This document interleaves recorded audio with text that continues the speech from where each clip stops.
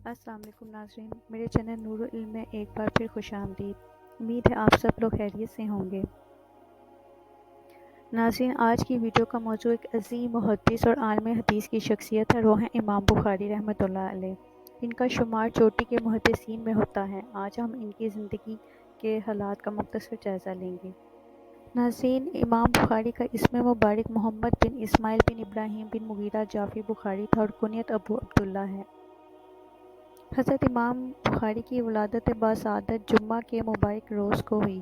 یہ 13 شوال 194 ہجری یعنی 21 جولائی 810 عیسوی بعد نماز جمعہ عصر کے بعد کا مبارک وقت تھا اور مقام بخارا شہر تھا۔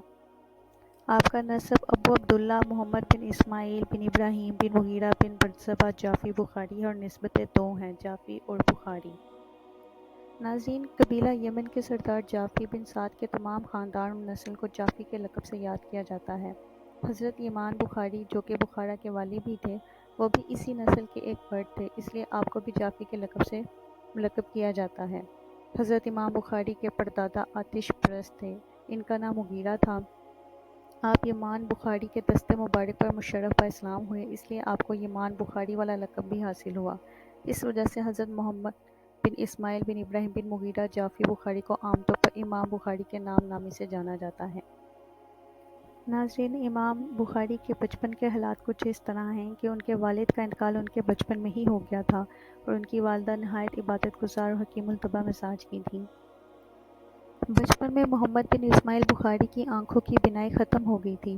ایک دفعہ خواب میں آپ کی والدہ ماجدہ کو حضرت ابراہیم علیہ السلام کی زیارت ہوئی۔ آپ علیہ السلام فرما رہے تھے کہ تیری دعا کی برکت سے اللہ تعالیٰ نے تیرے لڑکی کی بینائی واپس کر دی۔ صبح بیدار ہوئے تو حضرت امام بخاری بالکل بینا تھے۔ ناظرین، امام بخاری نے 10 سال کی عمر میں حفظ قرآن کر لیا تھا اور انہیں احادیث حفظ کرنے کا الہام ہوا۔ تب انہوں نے مختلف استاذہ کے پاس آنا جانا شروع کر دیا علم حدیث حاصل کرنے کے لیے۔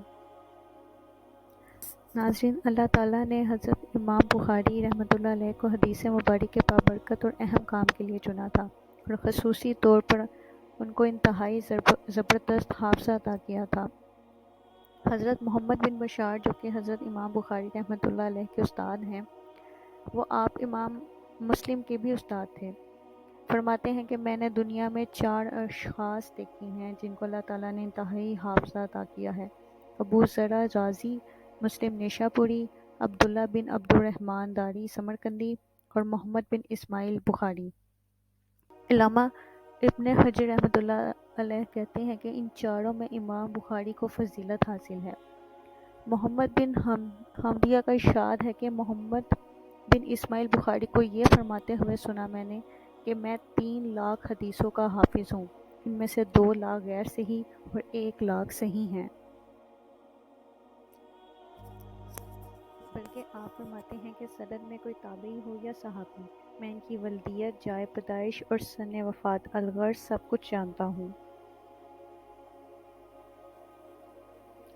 ایک مرتبہ امام بخاری بغداد تشریف لے گئے تو بغداد کے مشائخ نے جمع ہو کر امام بخاری کا امتحان لینے کا پروگرام بنایا۔ امتحان کا طریقہ یہ طے ہوا کہ 10 علماء کو مقرر کیا گیا اور ہر عالم کو 10 احادیث دی گئی۔ پھر انہوں نے سند اور متن میں تبدیلی کی، اس طرح کہ ایک حدیث کی سند کو دوسری حدیث کے متن کے ساتھ ملا دیا، دوسری حدیث کا متن کسی اور حدیث کی سند کے ساتھ ملا دیا۔ اس طرح انہوں نے 100 کی تعداد میں مقلوب احادیث تیار کی۔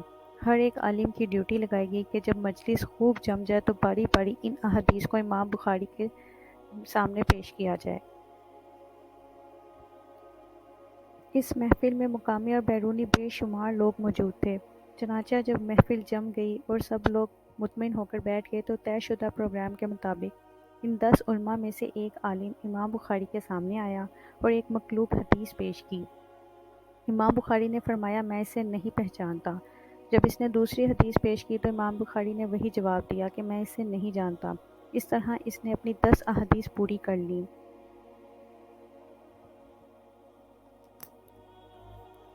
جب اس نے دوسری حدیث پیش کی تو امام بخاری نے وہی جواب دیا کہ میں اسے نہیں جانتا۔ اس طرح اس نے اپنی 10 احادیث پوری کر لی۔ امام بخاری ہر حدیث کے متعلق یہی کہتے تھے میں اسے نہیں پہچانتا۔ پہلے شخص کے بعد دوسرا شخص کھڑا ہوا، اس نے بھی طے شدہ منصوبے کے مطابق 10 مقلوب احادیث پیش کی۔ اس طرح باقی علماء نے بھی باری باری احادیث کو الٹ پلٹ کر پیش کیا۔ امام بخاری ہر ایک کو یہی جواب دیتے تھے، میں اس حدیث کو نہیں جانتا۔ اہل مجلس میں سے کچھ حضرات تو منصوبے کی تہہ تک پہنچ گئے اور کچھ تذبذب کا شکار ہونے لگے اور امام بخاری کے حافظے اور ذہانت میں شک و شبہ کرنے لگے۔ امام بخاری نے پہلے شخص کو بلا کر اس سے کہا، تو نے پہلے یہ حدیث اس طرح پڑھی جبکہ صحیح حدیث اپنے متن اور سند کے ساتھ ایسے ہے، پھر اس کی پیش کردہ دوسری حدیث پڑھی اور اصل متن اور سند کی نشاندہی فرمائی، اسی طرح باقی 8 احادیث درست کر کے بتائیں۔ پھر آپ نے دوسرے شخص کو بلایا اور اس کی پیش کردہ مقلوب احادیث صحیح متن اور سند کے ساتھ بتائیں۔ اس طرح ہر آدمی کو بلاتے رہے اور ہر ایک کی 10 مقلوب احادیث کو صحیح سند اور متن کے ساتھ بتاتے رہے۔ اس واقعے کو حافظ ابن حجر رحمۃ اللہ علیہ نے اپنی سند کے ساتھ بیان کیا ہے، اس کے بعد بائیں الفاظ اس پر تبصرہ کیا ہے۔ ناظرین، امام بخاری نے علم حدیث حاصل کرنے کے لیے بہت سے شہروں کا رخ کیا اور وہاں کے جانے پہچانے علماء اور اساتذہ سے علم حاصل کیا، بڑے بڑے شیوخ سے رجوع کیا علم حدیث حاصل کرنے کے لیے۔ اس کی کچھ تفصیل یہاں ذکر کر رہی ہوں۔ مثلا سب سے پہلے وہ بخارا گئے۔ بخارا ان کا اپنا شہر تھا جہاں سے انہوں نے ابتدائی طور پر تعلیم حاصل کی وہاں کے شیوخ سے۔ اس کے بعد وہ حجاز گئے، پھر مدینہ گئے، پھر بصرہ گئے، پھر کوفہ سے بغداد، شام، مصر، الجزائر، بلخ، برات، نشاپور، رے اور واسط شہر میں مختلف شیوخ سے علم حدیث حاصل کیا۔ امام بخاری فرمایا کرتے تھے کہ میں نے صرف انہی شیوخ سے احادیث لی ہیں جو ایمان میں کمی بیشی کے قائل تھے اور اعمال کو جزو ایمان خیال کرتے تھے، جیسا کہ صحابہ کرام رضی اللہ عنہ اور تابعین اعظام کا موقف تھا۔ امام بخاری نے بے شمار مشائخ سے کسب فیض کیا۔ وہ خود فرماتے ہیں کہ میں نے 1080 شیوخ سے احادیث لکھی ہیں اور وہ سب کے سب محدث تھے۔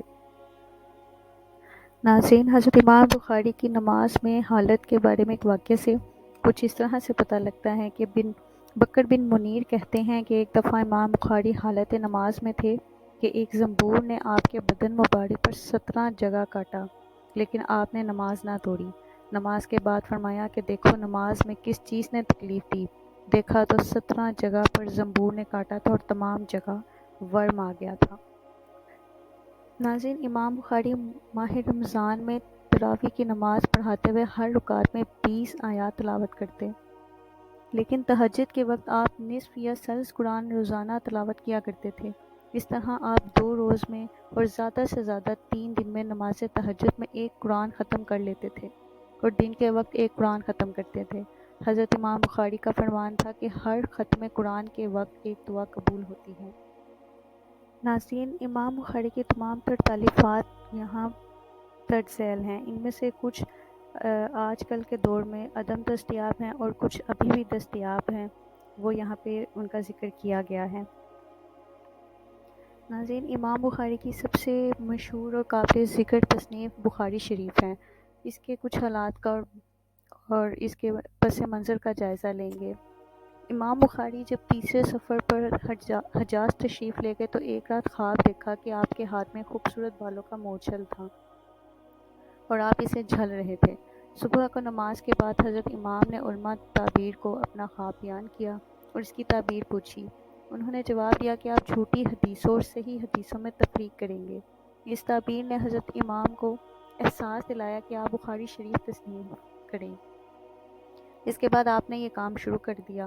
امام بخاری کا یہ خیال اس وقت تقویت اختیار کر گیا کہ ایک مرتبہ آپ کے استاد شیخ اسحاق بن راہویہ نے فرمایا، محمد بن اسماعیل، کیا ہی اچھا ہوتا اگر تم ایک ایسی کتاب تالیف کرتے جو صحیح احادیث رسول صلی اللہ علیہ وآلہ وسلم کی جامع ہوتی۔ امام بخاری فرماتے ہیں کہ خواب کی تعبیر اور استاد کے ارشاد کے بعد میں نے تمام تر توجہ اس کام پر مرکوز کر دی۔ ناظرین، اس وقت کے حالات کو مد نظر رکھتے ہوئے امام بخاری کے لیے یہ لازم تھا کہ آپ یہ کتاب جلد سے جلد تالیف کرتے۔ اصل میں اب تک جتنی احادیث جمع کی گئی تھیں ان میں سے اس امر پر توجہ نہیں دی گئی تھی کہ آیا کون سی احادیث صحیح ہیں اور کون سی غیر صحیح۔ اس کے علاوہ نہ کوئی اصول تھے جو صحیح اور غیر صحیح میں امتیاز کرتے۔ اس دور میں احادیث کے ساتھ علماء کے اقوال بھی شامل کر دیے جاتے، جس سے جامع اور بھی غیر معتبر ہو گئی۔ بخاری شریف کی تالیف کے لیے حضرت امام بخاری نے تقریباً 6 لاکھ احادیث ترتیب دی۔ اس مشکل کام میں کئی سال گزر گئے۔ اس عرصے میں آپ نے احادیث جمع کی اور ان کے مسودات ترتیب دیے۔ اس کے بعد آپ نے ہر حدیث کی صحت کو جانچنا شروع کیا اور اس عظیم ذخیرے میں سے صرف قابل عمل اور صحیح احادیث کو بخاری شریف میں جمع کرنا شروع کر دیا۔ امام صاحب خود بیان کرتے ہیں کہ بخاری شریف میں جتنی احادیث میں نے لکھی ہیں، ہر حدیث کے درج کرنے سے پہلے 2 رکعت نفل ادا کی ہیں۔ امام بخاری ہر حدیث کی صحت پر بہت توجہ دیتے تھے۔ آپ جب تک کسی حدیث پر اطمینان نہ کر لیتے تو اسے نہ لکھتے۔ جب کسی حدیث کی صحت پر اطمینان نہ ہوتا تو آپ روضہ رسول صلی اللہ علیہ وسلم کے قریب 2 رکعت نماز استخارہ کی نیت سے ادا کرتے اور پھر مراقبہ میں چلے جاتے، اور اسی حالت میں آپ کو اطمینان نصیب ہو جاتا تھا۔ آپ نے بارہا دیکھا کہ رسول اللہ صلی اللہ علیہ وسلم خواب میں آ کر حدیث کی صحت کے متعلق اشارہ فرما رہے تھے۔ حضرت امام بخاری نے مسلسل 16 سال تک یہ محنت شاقہ کی، اور اس دوران احادیث کے حصول، ان کی ترتیب، ان کی صحت کی تحقیق اور جانچ کے علاوہ کوئی اور کام نہ کیا۔ امام صاحب بیان کرتے ہیں کہ میں نے 16 برس کے طویل عرصے میں مکمل طور پر احتیاط اور تحقیق کے ساتھ 6 لاکھ احادیث میں سے صرف صحیح اور سکہ احادیث کو جمع کر کے اپنی کتاب میں درج کیا۔ آپ نے یہ تمام کتاب حرم محترم اور مسجد نبوی میں بیٹھ کر تصنیف کی۔ حضرت امام بخاری کے ہم عصر علماء آپ کی عظمت اور علمی برتری کے گواہ ہیں۔ اس بابت ان کے ان خیالات سے اندازہ لگایا جا سکتا ہے جو وہ ظاہر فرماتے تھے، اور حقیقت یہ ہے کہ کسی کے مرتبت کو صحیح معنوں میں جانچنے کی اس سے بہتر کسوٹی اور کوئی نہیں ہے کہ ہم عصر لوگوں کی آراء معلوم کی جائیں۔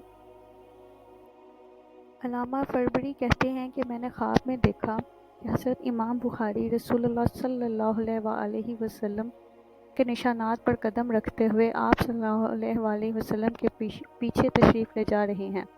گویا یہ خواب اس بات کی طرف اشارہ ہے کہ حضرت امام بخاری حضور پاک صلی اللہ علیہ وسلم کی سنت پر پوری طرح عمل کرنے والے ہیں، اور ایک قدم بھی آپ صلی اللہ علیہ وسلم کی سنت سے علیحدہ نہیں چلتے تھے۔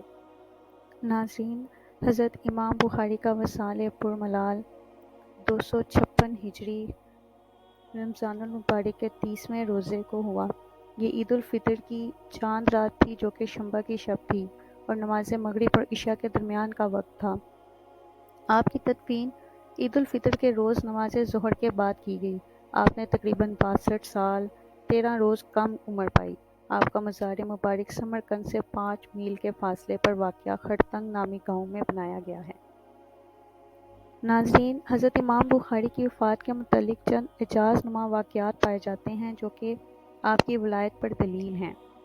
سب سے پہلا امر جو کہ آپ کی ذات مبارکہ سے موسوم ہوا وہ یہ تھا کہ آپ کی تدفین کے فوراً بعد آپ کی قبر مبارک سے مشک کی طرح مہکتی ہوئی خوشبو آئی، اور عرصہ تک لوگ اس قبر پر اس کی زیارت کرنے اور اس مٹی کی خوشبو سونگھنے کے لیے آتے رہے۔